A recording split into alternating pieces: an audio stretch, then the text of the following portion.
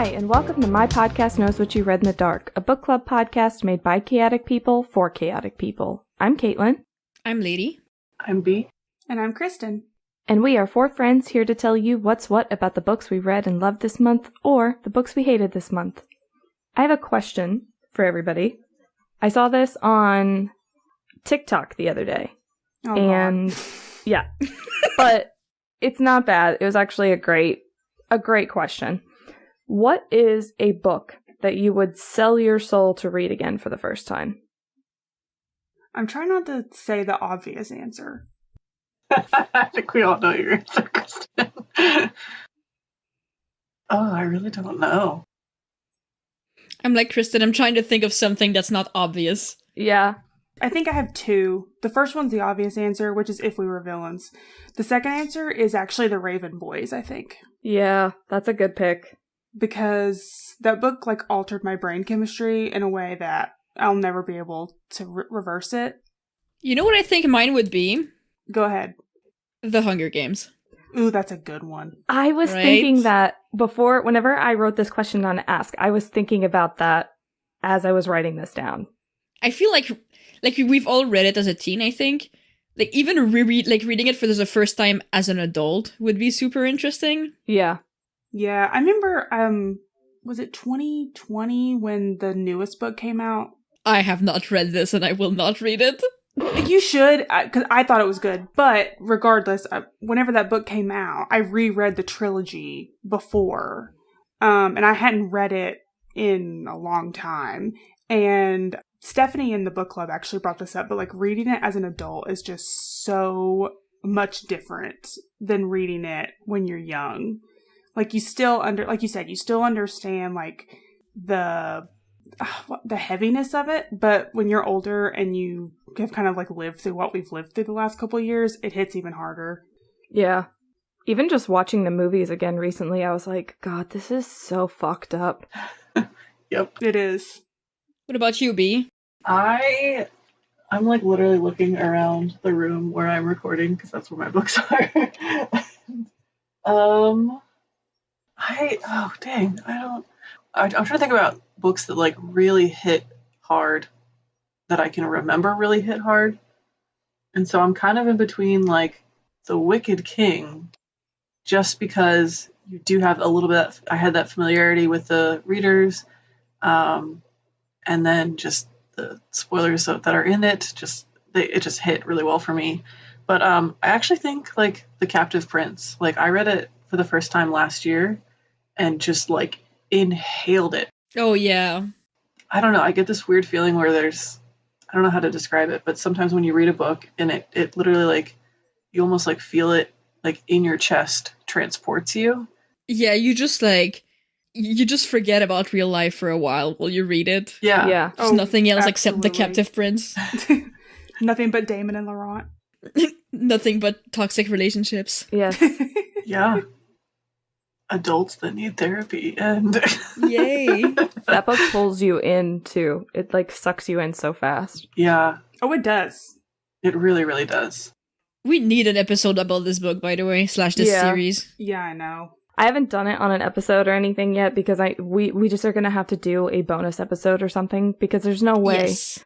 There's no way that one of us can talk about this book without all four of us talking about this book at once, you know? All four of us being jealous. Just Yes. shouting all at the Yes. same time. Exactly. Caitlin, have you said which book you would sell your soul to read? So I think, obviously, just like Kristen, I have the obvious answer, which is The Night Circus. And I think I would probably go with... I think I would go with A Natural History of Dragons. Ooh, yes. Yeah. It's so good. I would give anything to read that series again for the first time. Lady, I don't know if you feel as strongly about this book that you brought this month, but you want to tell us about what you read? Yes, I do.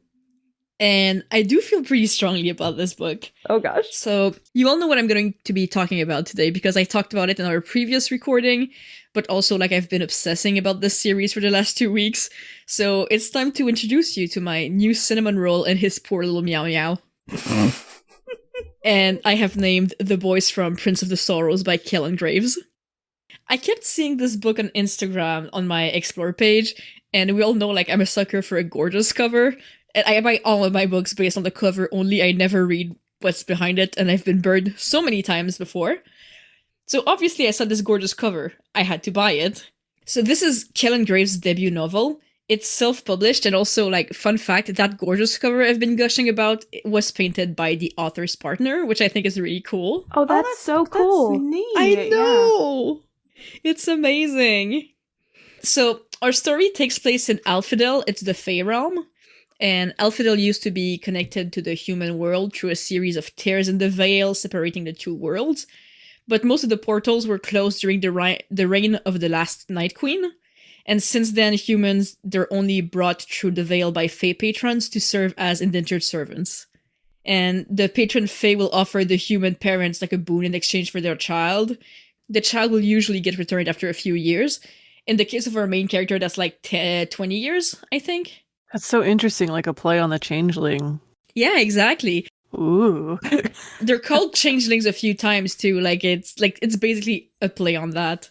So our protagonist Saffron is such a servant. The servants, they're called Banti, Beantighe, and they're named after a wild fae who did like house chores.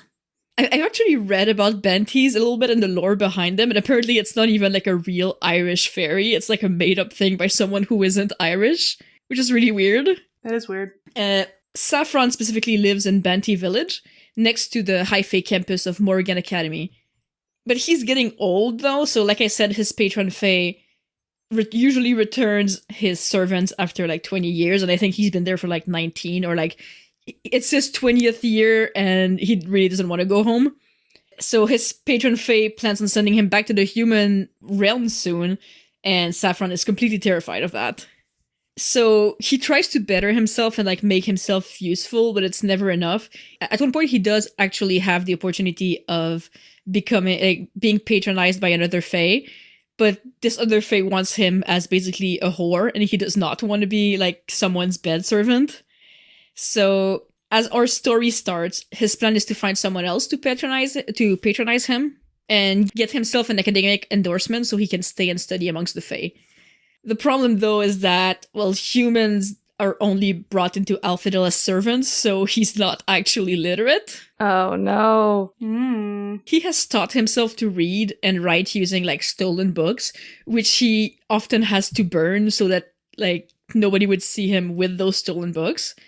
But the only book he kept is a book of Irish myths, annotated by someone named Sylvan with, like, snarky comments and just, like, basically, like, emo-ass side notes. I want that book.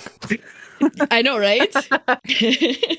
So one day Saffron is in the woods when a High Fae finds him and asks him for help with something.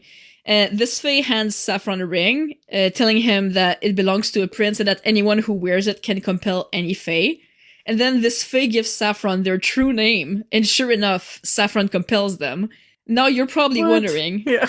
Lacey, well, of course he can compel them. They just gave him their true name. Yeah. And you would be right. So the Fae flips their shit and tries to tear Saffron's tongue out, but Saffron compels them to leave him alone and he runs away. Is it just they expected him to not know?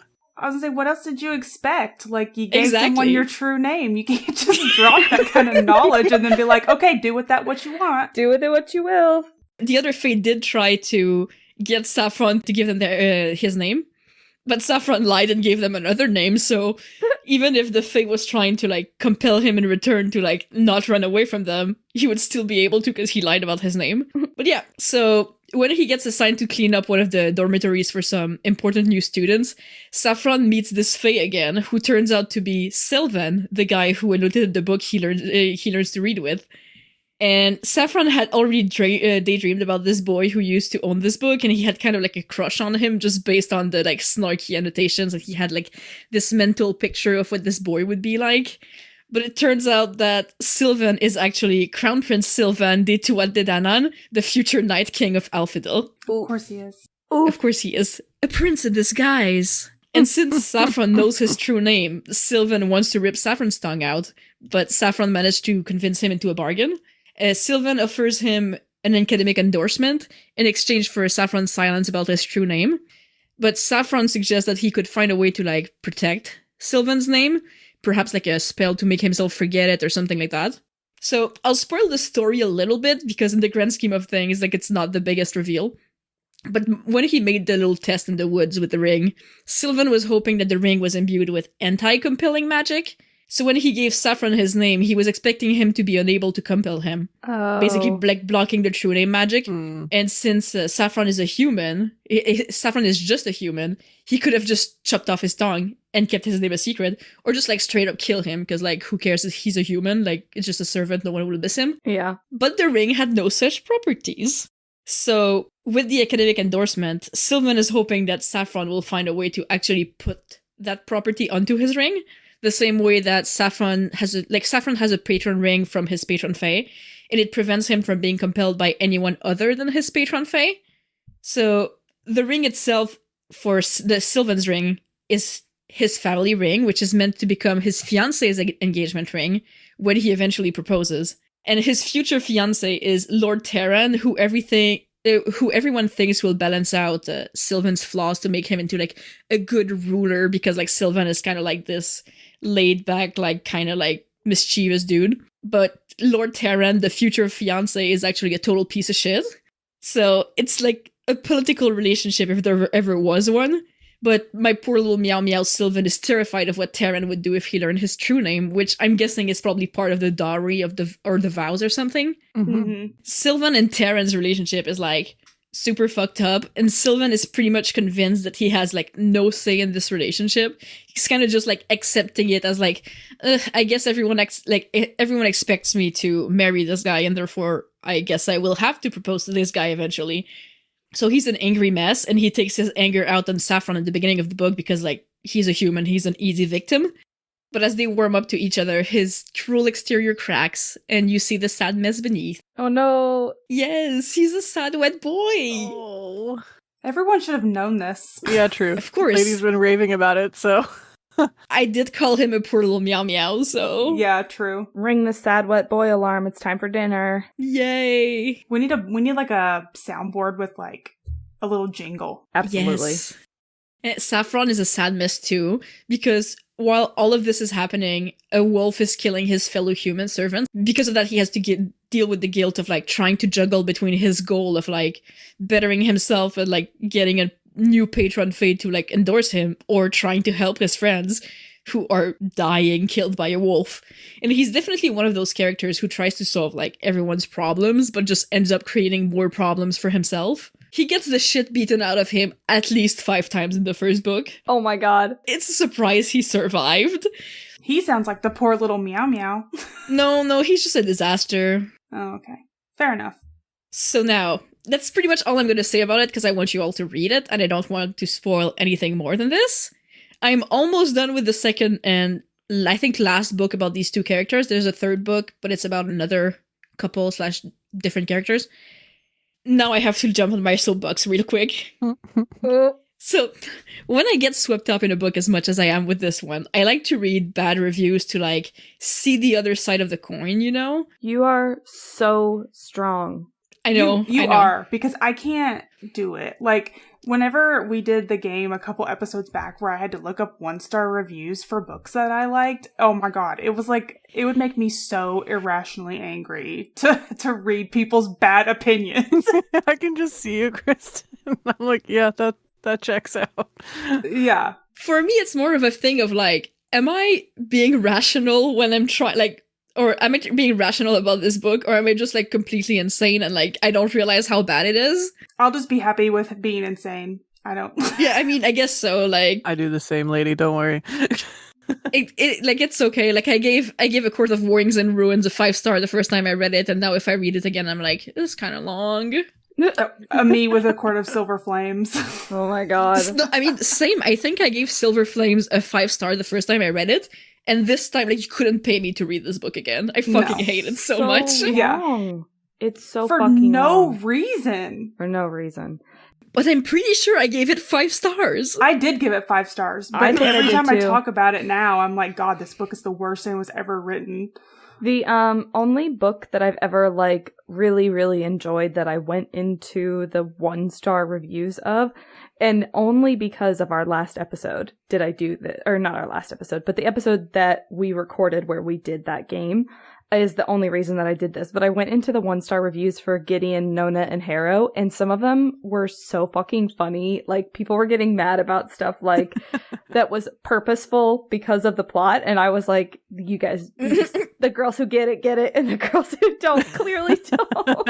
Yeah, you just don't understand. She was sending some of them to me, and one of them was like, "I'm just so confused." And we were like, "That's the point. That's the point, bro." Like, Yeah, you're I am very supposed to be confused about confused. you. I think that's it. Like, reading 1-star reviews sometimes for me is like listening to, I mean, I've taught middle school and I've taught high school, but especially listening to middle schoolers and high schoolers who are just so like self-centered in like the brain psychology way that like they literally cannot see the bigger picture. And so I just like reading 1-star reviews reminds me of that sometimes when they like totally miss a big point or a big like plot device or whatever, Yeah. and you're just like, oh hun. Like, Yep. So all this to say, I read some 1-star reviews. and one of the things that get mentioned a lot with this book, and I completely agree with it, is that it needs a few more rounds of editing. Oh. There are some like weird turns of phrases and like a few typos here and there. oh, is this the one you sent me? You like sent me a screenshot of like a line and you were like, does this make sense? Yeah, exactly. That's the one. I sent you a line because I was like, is this me being a like non-native English speaker, or is that just like a really weird sentence? I can't even read the sentence. Let me find it again. I think that was my initial problem with this book, was that because I started it and then I had to quit. And I think it was just because like I felt like I was having to strain to read some of the sentences. Yeah. And it was just like, I don't have the brain capacity for this right now. I'm going to have to come back. Okay, I found the sentence. So this is a whole sentence. It's 4 lines long. Oh, God. The way noble fey courtiers celebrated Imbolc was a far cry from Banti traditions. Saffron doubting the night would end in naked dancing in a bonfire, bigger humans threatening to throw the newest contract workers into the flames. There is like a verb missing. Yeah. Yeah. There's a whole ass verb missing. And I read this sentence like 5 times before I sent it to B, and I was like, does this work? It's like, is it me? Am I the problem? I'm not the problem in this case. No, and I don't like. I definitely read it, and I sent the same thing to you. Where I was like, no, there should be some sort of finite verb in like that last clause. Honestly, it could have been solved with like just instead of doubt, like saffron doubting, it was like saffron doubted. That's what. I think like it's would have. yeah, because right now it's like a Yeah. weird participle, and yeah. But even like for me, this is not a deal breaker, and I feel like especially for a self-published like debut novel, and especially from marginalized authors, like publishing has never been as easy as it is now, but it's still like an investment of time and money. Mm-hmm. Yeah. And if I get more stories, especially from marginalized authors writing their own voices, like I'm completely willing to overlook editing mistakes like within reason. Yeah. That isn't to say like the criticism of these books aren't valid. Like there's other like I've seen other criticism of people like not liking the characters or don't like the plot. Like maybe it's just not your thing. But for me, like it really hits the spot and I really like it. I think at least B should read it. Just to touch back on like the editing and stuff like that, it's like you said, like if a book is self-published or whatever, like I will overlook a lot of editing problems because there's only so much that they can do. Like there's plenty of books that I really enjoyed, like on Kindle Unlimited, that were self-published, and if there was typos or whatever, it's like I just skim over it and don't even worry about it. Yeah. I usually just go like, oh, that sucks, and I keep going. It's like, oh man, they missed that like you one. missed that one. Yes. Yeah. I've done that before too. Or I'll like send it to you guys and be like, oopsies. Oopsie. Yeah, this book I found a lot of like is and in were like inverted or something, and I was like, ugh.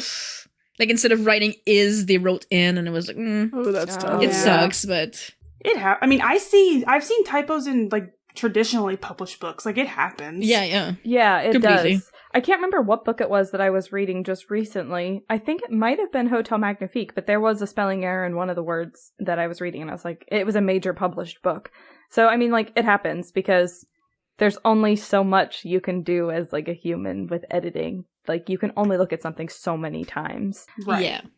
And especially like if it's your debut novel, you don't really have the funds to pay multiple people to look over it. So yeah. like for me, it's like something that I'm like, this, like, it's a little bit like, it's a bummer, but I hope like it gets better with time and as they get more fund and more people and more traction. So yeah, very excited to read more. Awesome. Yeah, I was gonna try.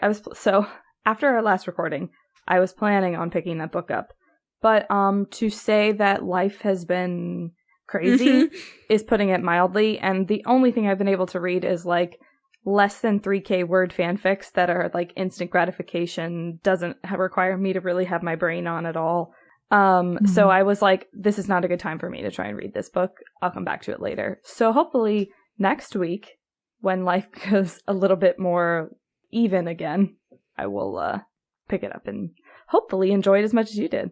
Yeah, it's definitely like a character-driven book. Like, the plot for me could not matter less. Oh, yeah. I love character-driven books. I love character-driven books so much. Because I think that's like, and again, I'm me, so who's surprised? But that's how Harrow the Ninth is like the plot is still happening in the background, but it's very much a character-driven. That one's my favorite of the series, is the second book.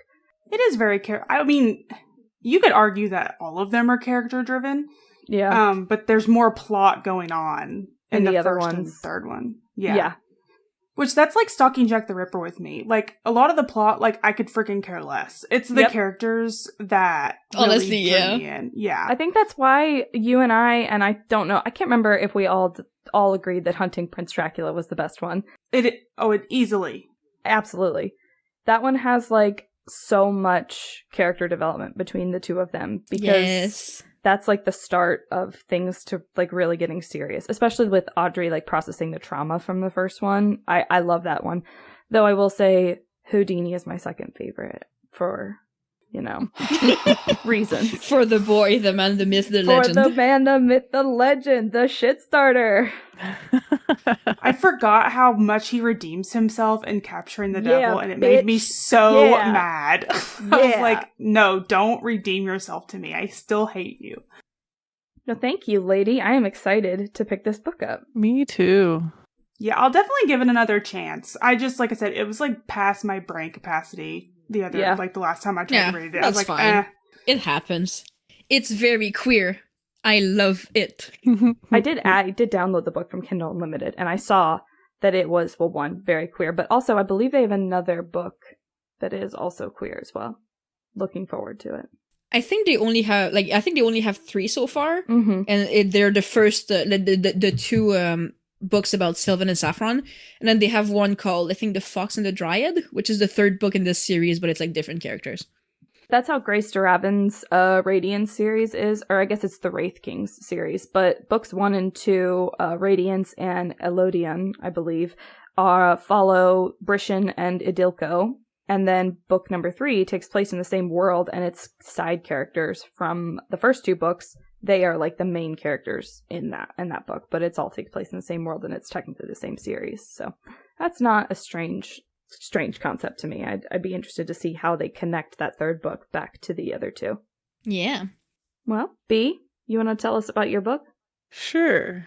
It's funny that you mentioned looking at covers because I like the cover for this book is one of those like, you guys told me the name for it. Vector cover. Oh, the vector art. Yeah, it's vector art. It's like pastel. Oh, no. And so I definitely was just like, meh, like for the longest time.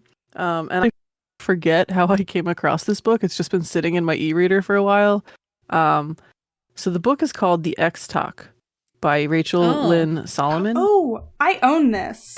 So I was like, no, but literally I don't remember why I have this. And so I know why. It's because it was on a book of the month option. It was the month that we read that book that no one liked. Some girls do. Yeah. And so because no one liked it, I dropped all the options. Oh, the Some Girls or something? Yeah, some girls do. Yeah. I didn't mind it. I think I was literally the only person who didn't mind it. Because I was, again, I was like, but this is what high schoolers would be like. You finished it? Yeah, I finished it. God, she's the only You're one. insane. Yeah. Yeah, by the time I like got around to reading it, I think it was like the second week, and everybody was like, "This book sucks. I hate it. I'm not finishing." And I was like, "Well, I'm not fucking starting it." Yeah. I think I read like 15% and I was like, nope. Yeah, after, spoiler alert, one girl gets hit by a car, and I quit reading at What? that point. Yeah. Wait, I don't remember that now. Yeah, one girl hits the other one with her car, and I was like, I'm done. True love. We realize who really is the sadist in our group. Oh, yeah. But yeah, that's why you have it, because the X Talk was one of the options, and I was like, I'll just drop them, everybody, like, I'll drop all the books, and people can read what they want. Okay. So that's why I have it.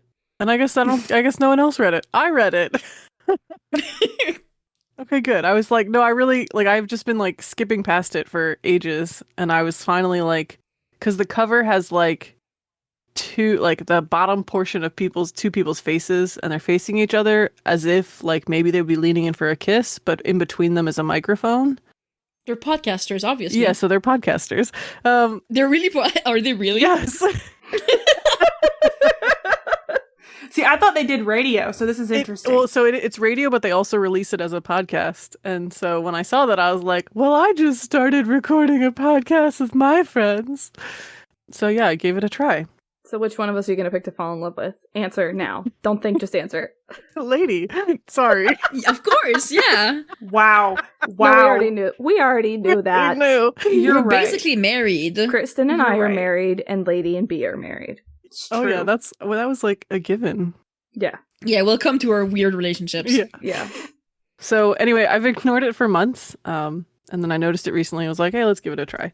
So anyway, now that I do a podcast, and by the way, like, I don't know if we talked about this, but I finally shared our podcast with a non-family member, and they're Oh my listening gosh. to it. So I know. And like, they don't live, well, I can't really like I've told people that I work with, but like not told them the podcast. Because yeah, I can't have that get out. Yeah, no. No, I would never tell people I work with. Oh, I have. I'm very open about it. Yeah, I told some of my coworkers. Nobody cares, honestly. Most people are like, I don't even know what a podcast is. So. Yeah. Oh, That's interesting. true.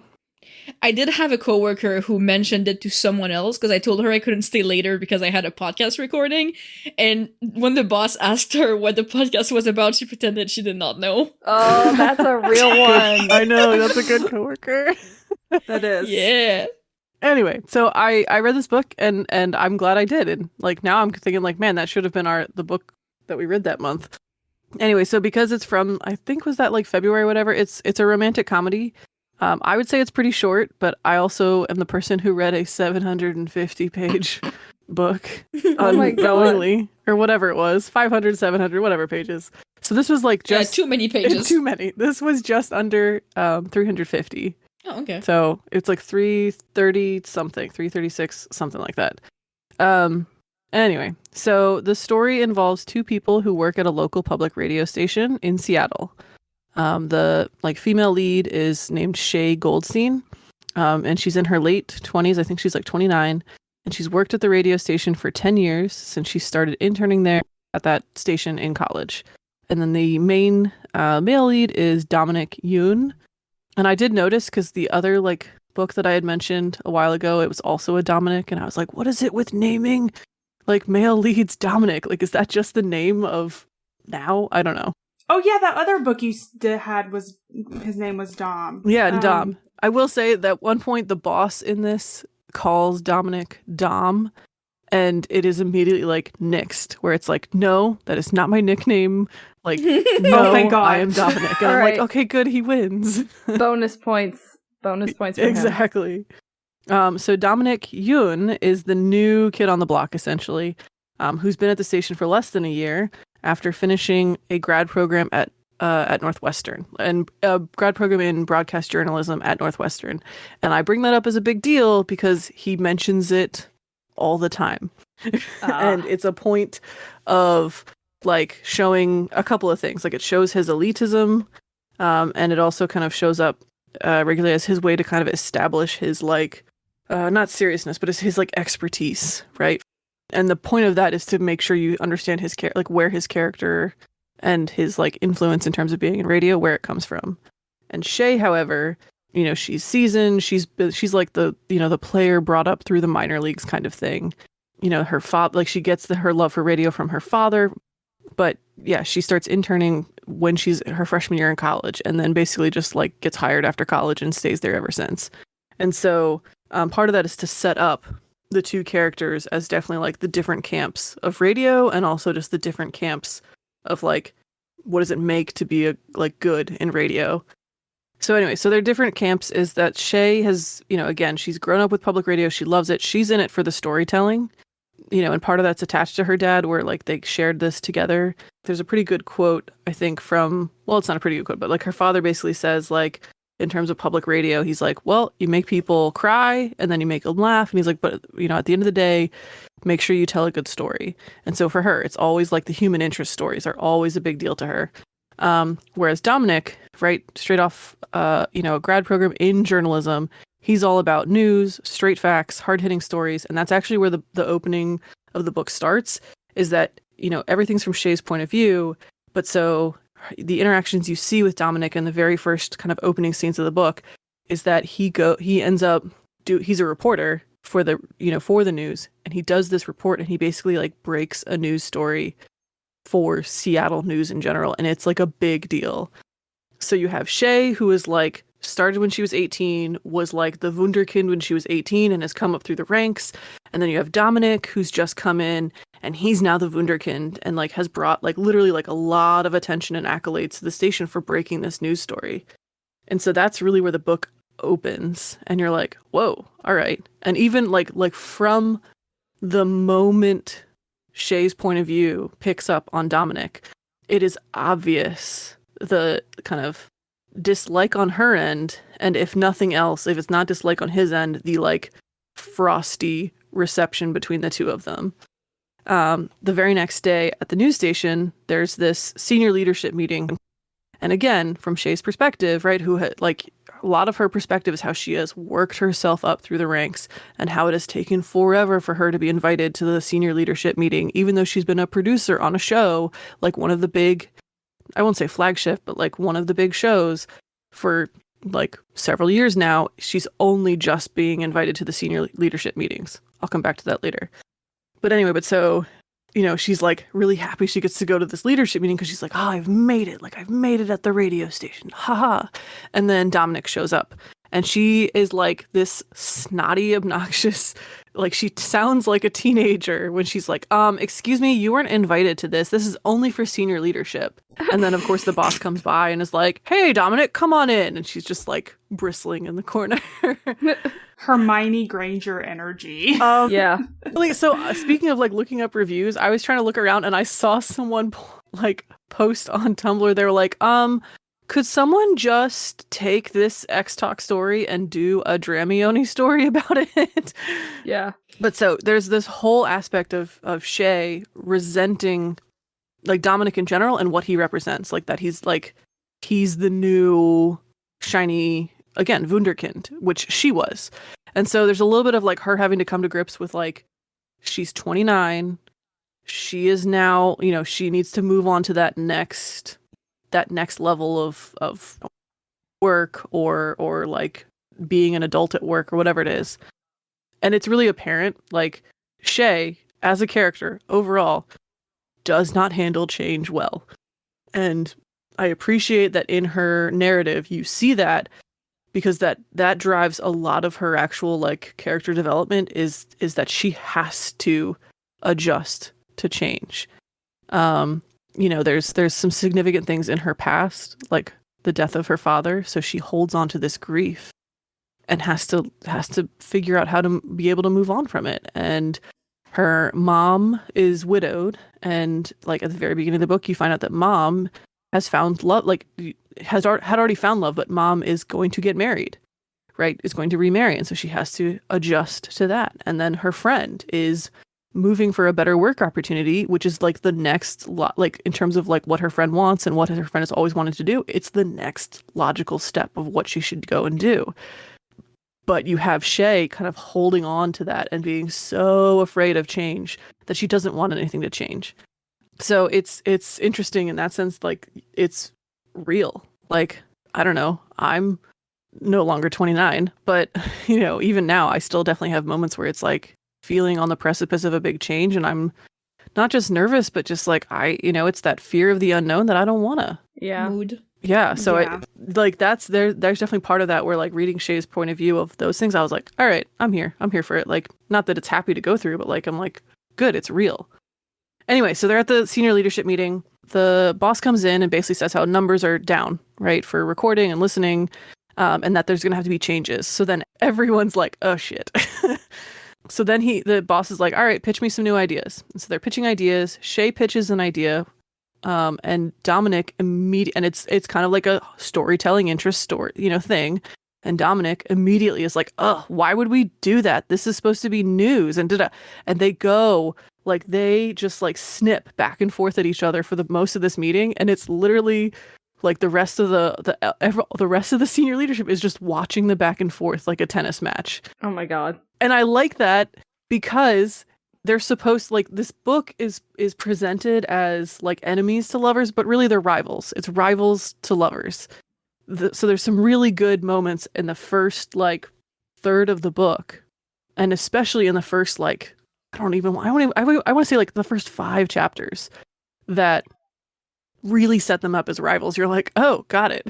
The distinction between rivals and enemies is like so important, and I feel like sometimes people forget it. Oh, Yeah. they get so Like, lost. oh my god, it's enemies to lovers, and they're like high schoolers. I'm like, Yeah, they lose the plot on that one. Yeah, like the overuse of it is becoming annoying because it's like, am I really picking up enemies to lovers, or did you just slap that title on it because it sounds good? A Court in Thorns and Roses is not enemies to It lovers. is not. No. It's gaslighting to lovers. Yeah. It's like someone told her that this guy was bad and she believed him. They were never enemies. No. Yeah, no, really. So that's why, like, I've seen it repeated over and over in like reviews, and I think even probably like the back cover. Like, you don't want to stab each other, not really. Yeah. Anyway, so they end this like staff meeting, and the boss basically says to Shay and to Dominic, like, "Hey, we need to talk. Come back to my office at the end of the day." It shows on the demographic info that Shay's show that she produces is low, right? Is the one that's going to get cut. So basically, she goes into this meeting. It's Dominic, the boss, and Shay, and he says basically like her show is on the chopping block. And so he likes this idea that Shay has pitched. So the pitch was basically after kind of like back and forth in the leadership meeting. Shay kind of mentions, well, what about what's different than like our morning show or our afternoon show, and isn't like the same old news show in general? Like, what about basically something like a dating show, but not a dating show that has already like been done by all these different groups and podcasts? She says, what if it's basically like a relationship dating advice show, but from the perspective of 2 people that are exes of each other that used to date? And the boss is like, yeah, we're going to run with that. And then he goes, he says, you guys are going to host because you have such chemistry going back and forth and kind of snipping at each other. And both of them are like, we've never dated. That's a lie. We don't want to do it. So basically the boss says, well, Shay, like, your show's getting cut. You're not going to have a job. This is your opportunity to stay at the station. And remember, she doesn't like change. She loves public radio, especially because of her dad. Her heart is torn by this. Dominic doesn't want to lie. Shay doesn't want to lie to the public about what it is, not only because of the lying part, but also because it's like, they're like, how is this going to be believable? Like, trying to figure out a backstory and like what is this? Anyway, but so it's basically this like, Shay, your job is on the line, and like, too bad. And the way it's written, the job person in me is like, that's not right. That's illegal. Like, the way that he phrases basically like that she'll be fired or lose her job. It's the wording of it. I was like, no. Yeah, like reeks of retaliation. Exactly. No, Yeah. That's exactly what it was. I couldn't remember at the time, but like whatever the way it's written, I was like, that's like retaliatory practices, and like that's super illegal. But, this is a romance and we need to make this circumstance happen. So anyway, the short version is that after some deliberation for a couple of days, and by that I mean a day, Shay's like, I need a job, and kind of Dominic, for some reason, relents and is like, okay, fine, we'll do this. So they have to put together a show. And it's tough. They have to make up a backstory. They have to like scrub their social media. They have to lie to everyone at the office. and hope that their bickering and snipping before all of this is believable as like X behavior. And to some extent, at least in terms of the storyline of what is written, sure, the office is like, oh my gosh, it makes so much more sense why she just like hates his guts and like scowls at him all the time. And I'm like, and in my head, while reading this, it's like, no, it's just that he lives rent free in her mind. She's got it bad. Yeah, exactly. She's down bad. It really is. Okay, so they launch the show. They launch it like as part of the public radio, but they also release it as a podcast. And it gets a ton of good traction. The funny thing is, having started a podcast and like read a book about podcasting and such, it was like some of the references like, oh, I get that. In terms of doing intros or outros, or at one point, like he does research. He didn't intend to be on air. Shay has always intended to be on air, but in Shay's words, she has like this apparently like, it was something like she has the shrill, like grating feminine voice that no one wants to hear on radio, which also amused me because like I get really self-conscious listening to our show because I'm like, I have the deepest voice ever. But they like talk about how like at one point he's trying to record like the intro pieces and Shay has to coach him on not being so plosive with all of it. And so he gets like frustrated because he's recording it several times and she's like, nope. And I forget what trick she teaches him, but she teaches him a trick about how to not literally like blow a bunch of air through your mouth when you're trying to say the letter P, you know? And then they reference how like they make the Apple Top 100 for podcasts and all this stuff. And I was like, it was a little heartwarming because I was like, hey, we do a podcast. And like, I know what that means. That's nice. We are not in the Apple Top 100. No, Not yet. we're not yet. Yeah. Yes. Aim high. So anyway, so they host, they get to know each other. It goes well. And it's kind of interesting. The part of the book, like it includes their intros. And so you can see like the scripted intros and like the humor and the play, you know, the play on words or the, you know, like joking around. So that was cool. At some point, sometimes the books will actually include like the, you know, the reviews that were left for their podcast or, you know, so there's like little snippets to like, you know, make you feel like you're part of the podcast, you know, audience and such. Anyway, as they're recording, they're obviously getting to know each other better. And at some point they have to work hard on trying to like make it believable in terms of this backstory and what they know about each other. And so obviously they get to know each other more. And so you realize that Dominic is not elitist as he was. You realize he is a total simp. Yeah. Well, no. I will say you don't realize that he's a total simp for her right away. But in trying to craft his backstory, you realize that like he is a very like when he chooses commitment, he chooses commitment. And so yeah. And then again, like for Shay, I kind of already mentioned it, but like there's a lot of like Shay has to unpack a lot of like change and that there's a lot of change coming and that she can't hide from it. Anyway, so as you can imagine from like the premise of their show, they do gain more and more popularity, and to some extent things are going smoothly, but of course, right, the wheels start to fall off and it falls off in a like spectacularly terrible way.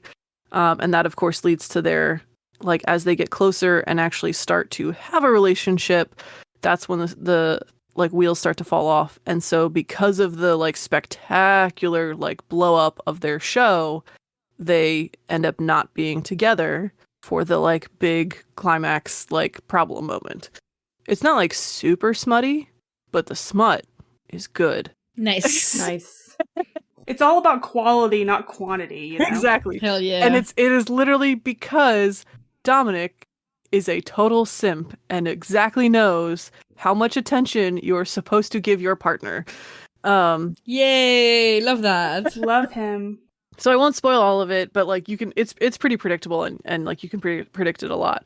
I'll say like some things that I really liked. So I liked the kind of snippets that, you know, the behind the scenes of the show, if you will.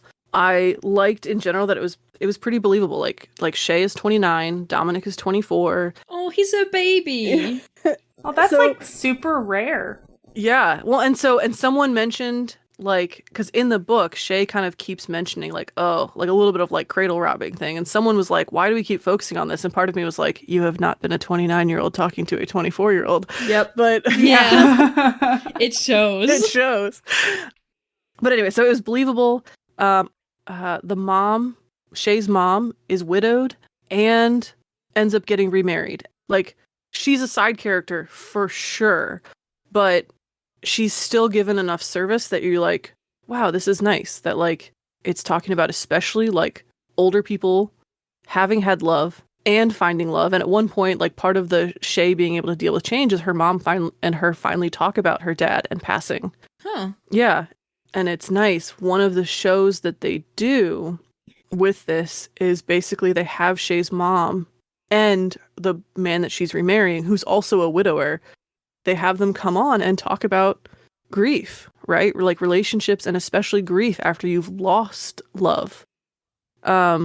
Which again, like there was just moments like what the kind of some of the things that kind of they talk around, which you don't necessarily get full like Episode length. yeah, of it, but you get enough of it that you're like, wow, like this is not just kind of glossing over, you know, this. And so there's a little bit of there's just a little bit more like world building, even though it's a world that we're all familiar with, but it's a little bit more of like character world building for Shay, and for Dominic when you kind of learn about Dominic too. You have to deal with what happens when your adult friendships change, including like moving away, like when your friends, you know, when you move, and we've all had to deal with that. Yeah. Yep. Yeah, and so it is like you get Shay's experience of like, oh shit, my friend's moving. Like, what does that mean for our friendship? Because we're not, you know, there's the, you know, the it's not even necessarily convenience, but it's the, you know, a friend who lives closer. Like, there's a different relationship you have with friends nearby versus long distance. We all know that as we're sitting in different rooms right now in different states and countries. Yeah. It's got adulting. There is apps like yep. Not adulting. Jump scare. Like, what do I do when I have to like pay my bills, and what do I do if I'm alone but need to like handle change? I get a dog. Yeah, okay. You should read it for the dog, because like kudos to the dog that's written into this book. It's also like, what do you do with real like problems at work? Like, there's a huge sexism problem at the radio station, and it has to get addressed, and it does. The other thing, and this was just like for me personally, and this might be like, I know a lot of people necessarily didn't like this book, or a lot of people who did like this book kind of glossed over it, but I lost my pop-up when I was in college, and like I have a very complicated family situation, but my pop-up was my father figure. And so when Shay talks about losing her dad and the, you know, the relationship she had with her dad, and a huge part of why she got into radio is because of her dad. And so as Shay has to kind of unpack and like learn about moving on, including how her mom has found new love and has to move on, there are references to Shay like having to address her grief. So there's a couple of quotes that are definitely out of context, but I wanted to bring up. So one quote, basically when Shay is again trying to unpack like, what do I keep and hold on to as memory versus what do I let go? And so one line, she says, "So often I'm trapped between the pain of remembering and the fear of forgetting." Ooh. That's good. Yeah, that is good. Yes. And so at one point she says, "But maybe that's what we all are, halfway broken people, searching for things that will smooth our jagged edges." Amen. Yeah. And then this is the one that really hit for me when she's talking about grief in general. And I can't remember if this is the mom who says it or Shay who says it. And I wish I looked it up, but I just can't remember right now. But anyway, here's the writing. "The thing about losing someone is that it doesn't happen just once. It happens every time you do something great you wish they could see. Every time you're stuck and you need advice. Every time you fail. It erodes your sense of normal. And what grows back is decidedly not normal. And yet, you still have to figure out how to trudge forward." Oof. Yeah.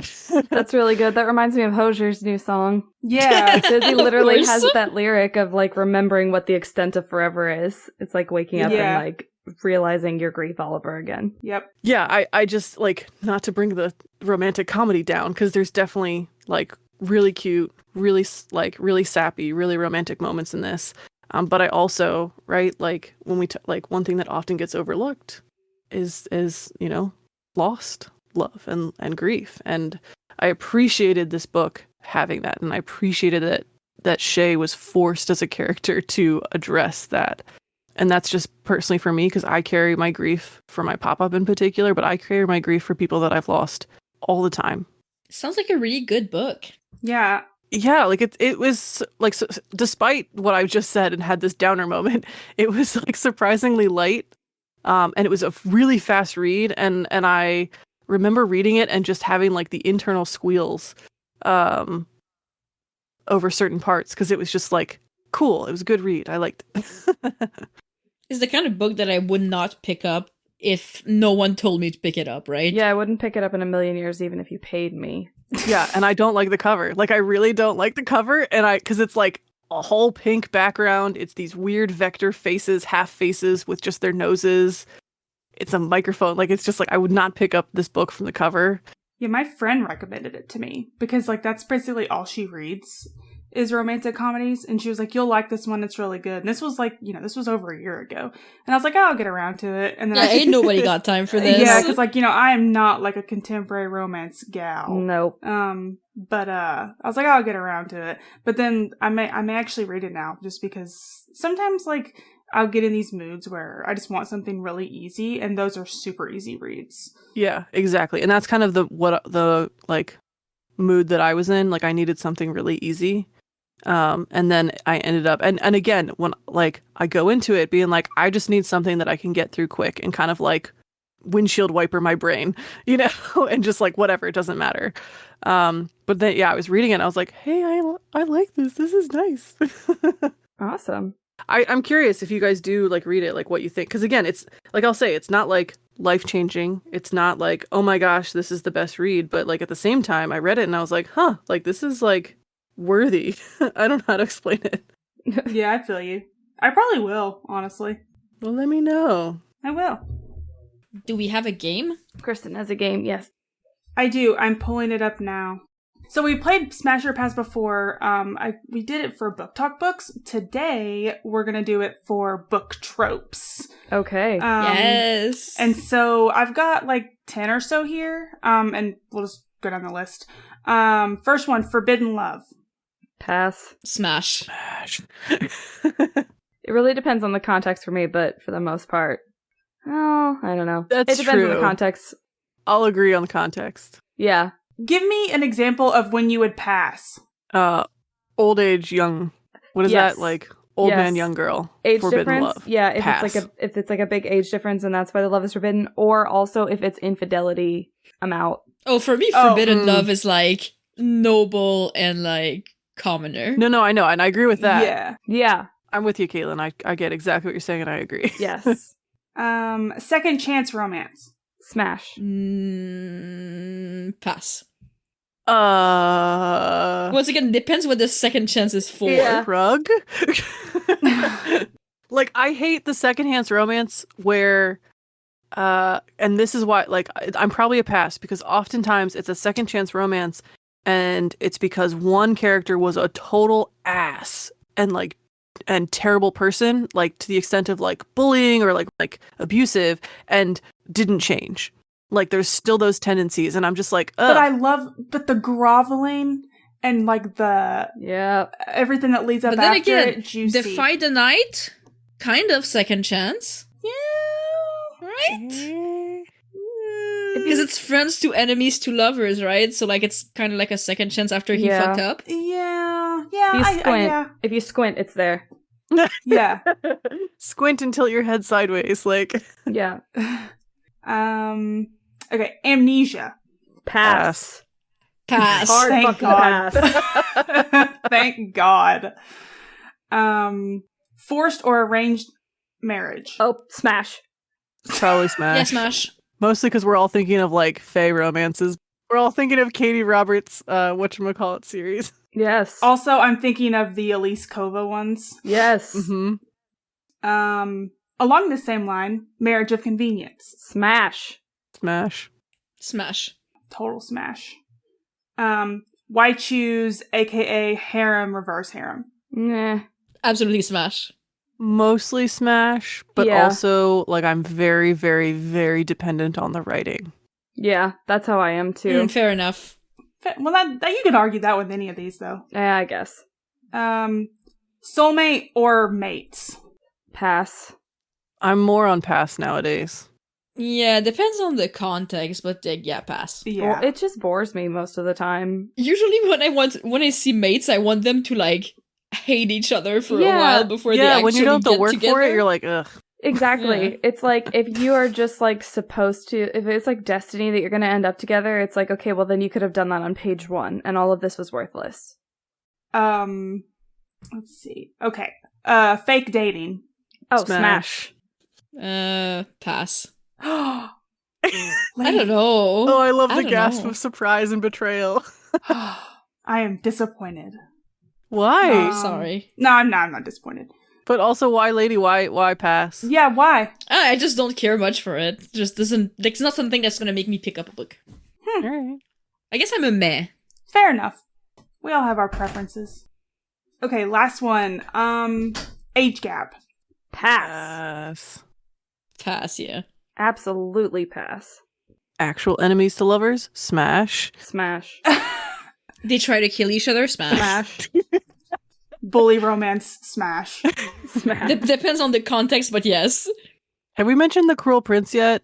I was We trying have. not We to, did. but I We don't think we have. have. And so I just want to make sure we mention the Cruel Prince, so we have to list it in our books later. Well, we have now. B, I'm pretty sure you're the one who mentioned it. Yeah, I think so. Yeah, because you mentioned the Wicked King. Oh, that's true. Yeah, that okay, counts. we're good. Counts. Yeah. All is We're well. good. So just for funsies, we talked about doing like work of fart. Oh my god. Yes. And I have one on here that I did. Work of Farts is a Travis McElroy original. Yes. TM. So we don't get TM. sued. Yeah. Please don't sue us, Travis. Travis, we love you. We would never steal your idea. If you've never listened to My Brother and Me, one of the brothers on there, Travis, does I don't know, they've done it like 3 times? Twice? A couple. I think it's 3. Yeah, it's called Work of Fart. And basically, like, he does like a wordplay on like books. And you have to guess what it is. And so I have one here. It's pretty easy. Is it a but streetcar named D's Nuts? No. It is not. I will never be as good as Travis at making these up. It's the best one ever. Of course it is. So I'm gonna give you like it's almost kind of like Jeopardy style. Like I'm gonna give you like the thing and then you have to guess the title of the book. What are frogs? Say what is, yeah. Yeah. Okay, so 2 young apprentices search Whitechapel for a murderer who can't seem to keep his clothes on. Stalking Oh, Jap. what did Oh, you- I got it. Sorry, I got it. Stop. Go Okay. ahead. Who is it? We got it. Colin, one of us. Who said? Oh, B. You go. No, B said it first, yeah. What is Stalking Jack the Stripper? No. Oh, What is no. Stalking Jack the Flasher? No. Damn it. B was close. Flashing Jack the Stripper? No. B was really close. Is it Streaker? It's stripping Jack the Ripper. Oh. Yeah. See, y'all are better than mine. I'm not good at this. Like, y'all need to do it. I have titles. I just need to actually like give the prompt. Yeah, it's kind of hard to do. Like, I was sitting there, like, looking at my bookshelf trying to think of them, and I'm like, I'm not good at this. I'm like looking at my bookshelf right now. Like, what can I? Yeah, it's hard. Like, It's how does really Travis hard. do it? I don't know. When would be the next episode? Lady, you tell me. Don't let me look. Don't let Caitlin do it. She hurts her brain every time she I tries to do it. do. So the next one is on May 9th. May 9th. Okay. Thank you guys so much for listening. We love all the support that you've shown us, and we're so glad that you enjoy the podcast. You can find us at readinthedarkpod on Instagram and Tumblr. Our email is readinthedarkpod@gmail.com if you want to ask a question about any of the books we discussed this episode. We also have a book club. You can find us at Worn Page Library on Instagram and Tumblr, which will have details on how to join our Discord. Finally, we are hosting some challenges on Storygraph through the book club, which you can find by searching Worn Page Library's Book of the Month and Worn Page Library's 23 for 2023 in the challenges section of the app. Ladies' book for this episode was Prince of Sorrows by Kellen Graves. B's pick was The X-Talk by Rachel Lynn Solomon. The books we would sell our soul to reread again for the first time are If We Were Villains by M.L. Rio, The Raven Cycle series by Maggie Stiefvater, The Hunger Games by Suzanne Collins, The Wicked King by Holly Black, The Captive Prince series by C.S. Pacat, The Night Circus by Erin Morgenstern, and A Natural History of Dragons by Marie Brennan. We also mentioned A Court of Silver Flames and ACOTAR by Sarah J. Maas, Gideon the Ninth by Tamsin Muir, Stalking Jack the Ripper by Carrie Maniscalco, Radiance by Grace Duravin, Some Girls Do by Jennifer Dugan, and Defy the Night by Bridget Kemmerer. Keep reading, and we'll see y'all next time. Bye! Bye! Bye.